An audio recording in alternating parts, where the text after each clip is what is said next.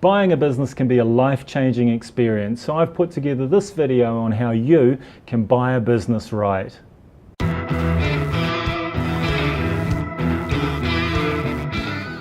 Being in business for yourself is one of the most exciting things that you can do. Sure, it can be challenging, it can be tough, but the satisfaction of running and building a successful business is immense. So if you want to shape an independent future for you and your family, now is the time to act. And this video will help you buy it right. The very first question you should ask yourself is, am I up to the challenge of running a business? Operating a business is not for the faint-hearted. You've got to give it 100%. For a business to succeed, an owner has got to be passionate, focused, and resilient. Is that you? Some people are simply not cut out to be a business owner.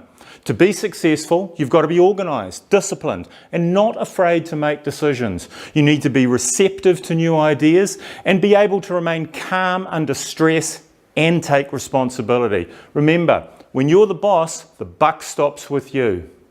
It's well worth considering using the help of experts in their field, lawyers, accountants, and business brokers, of course, because when you think of it, you'll probably only buy a business once or twice in your life. They know the details that can affect the sales process.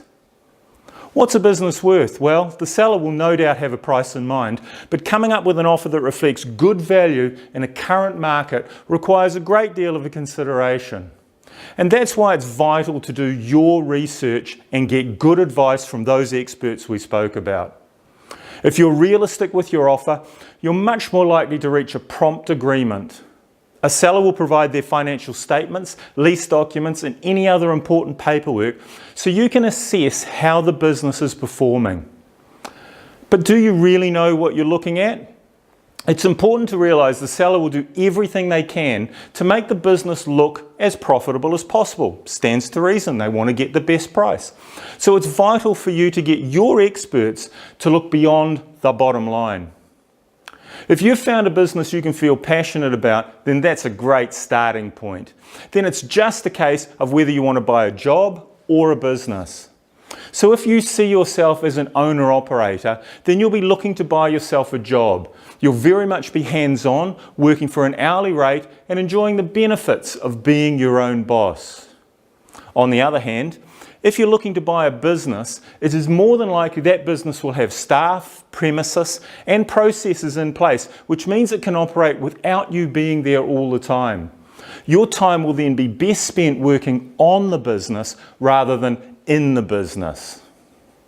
So to work out whether you want to buy a job or a business, first consider your lifestyle and your financial goals, because they will most likely be the determining factors on what you're going to buy. So it's not easy to put a realistic price on a business, especially if you think you've found the perfect one.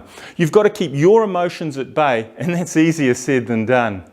The price of a business is based on industry best practice, including profitability and industry trends, company trends and history, the equipment value and its current condition, the capital requirements. Do we need to improve that equipment? Any barriers to entry and intellectual property within the business, the employee turnover and the owner's involvement. So establishing a fair offer that's in line with other businesses for sale will help you get the result that you want. So the first thing you need to do is approach the person who is handling the sale. So more often than not, the person selling the business has been appointed as a professional to sell on the behalf of the owner, maybe a broker, an accountant, or a lawyer. So finding out who you're talking to is the first step. Let them know you're an interested buyer. You're not just a tire kicker, and outline what you require from them and how the business fits with your future plans. It really does pay to look beyond the box. A little legwork can reveal a lot about the business. Spend time in the neighbourhood. See how many customers are coming and going. Ask customers for their opinions. Seek out suppliers. Find out, are they being paid on time?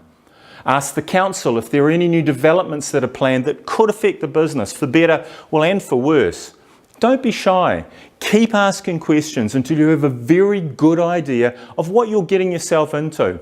If you get the right answers to those questions, You're on your way to saving yourself, one, a lot of time, and certainly a lot of money and heartache.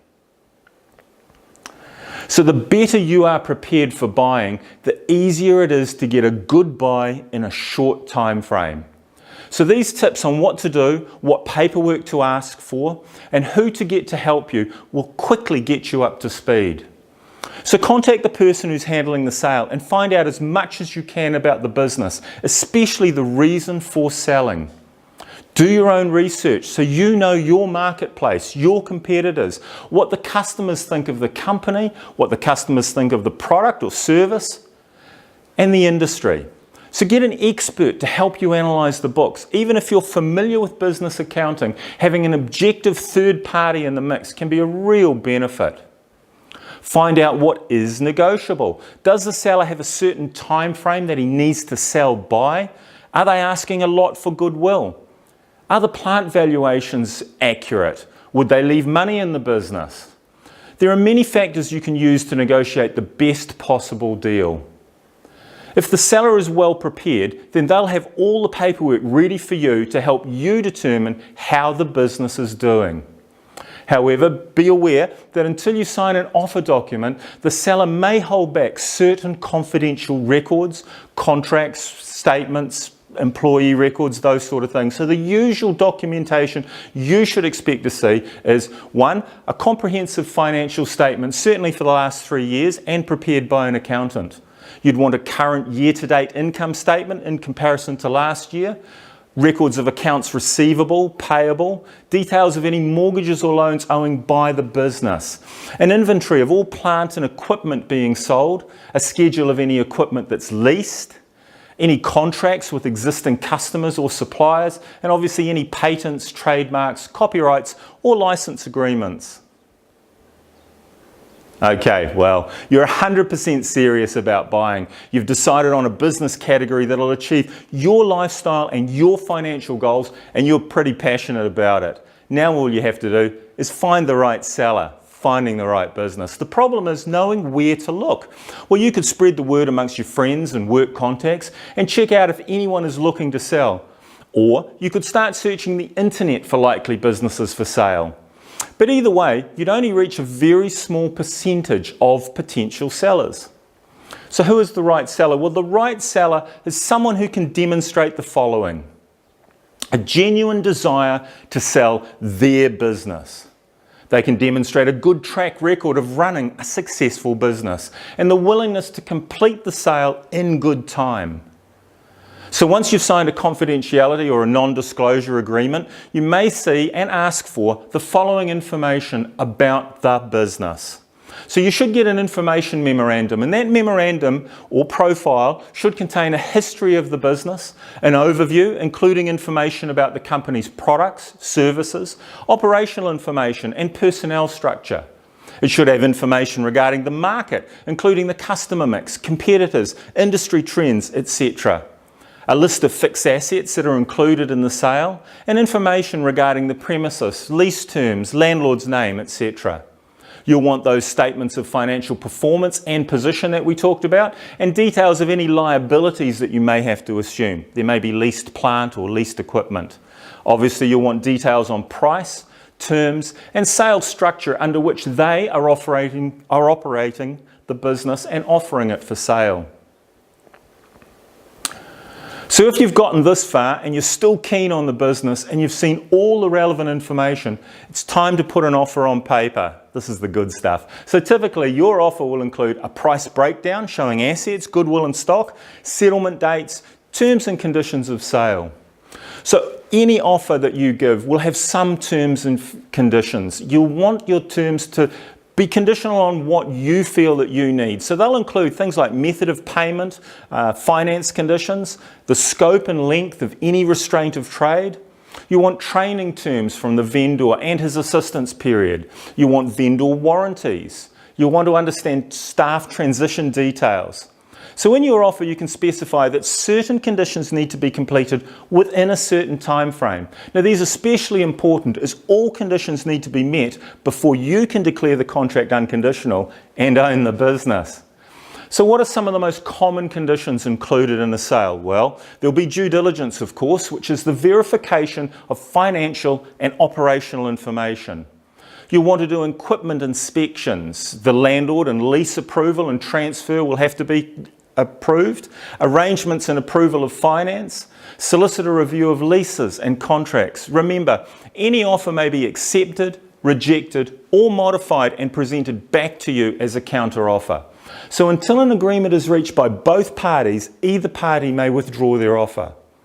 So in considering an offer, a seller may wish to evaluate your qualifications, your financial position, and your method of securing any payments. It's worth remembering that a seller may accept a lower price if you can show that you're in a strong financial position to make a straightforward and quick settlement.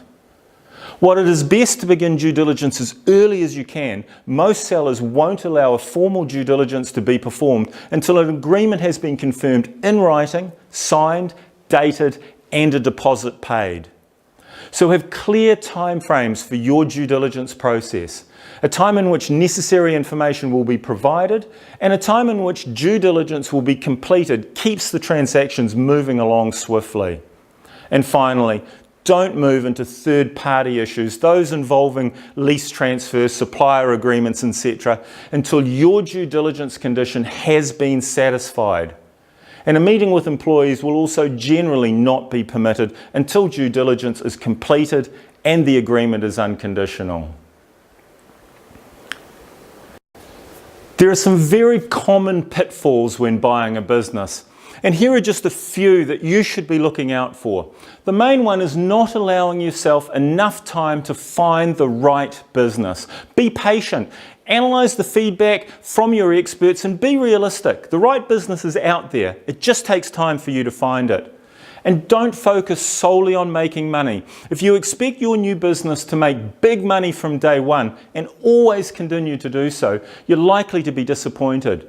Business fortunes fluctuate, so you need to be resilient enough to survive the downturns as well as enjoying the boom times that will be there. And please don't fail to do your homework. Having complete, accurate and verifiable financial information on any business, well, that's just a given. But you cannot expect the books to tell you the full story. You need to do your own research and learn about the market, your competitors, the business, the customers, and the risks involved. And most importantly, you need to find out exactly why is the business being sold.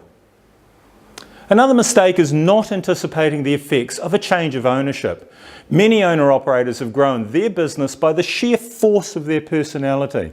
As a buyer of such a business, you have to be mindful that some customers may be lost when the ownership changes. Similarly, if a business has relied on one person's ability to network and gain contracts, these contracts could be terminated or open to renegotiation once you take over. So you need to put plans in place, preferably with the current owner, to make the changeover as seamless as possible. Another common error is not engaging legal and accounting professionals who are experienced in business transactions. A lawyer who is well versed in business sales contracts will help protect your interest in a comprehensive and efficient manner. The same as a well-chosen accountant will help ensure that you are not liable for any outstanding debts or claims on the business. And finally, please, use a business broker.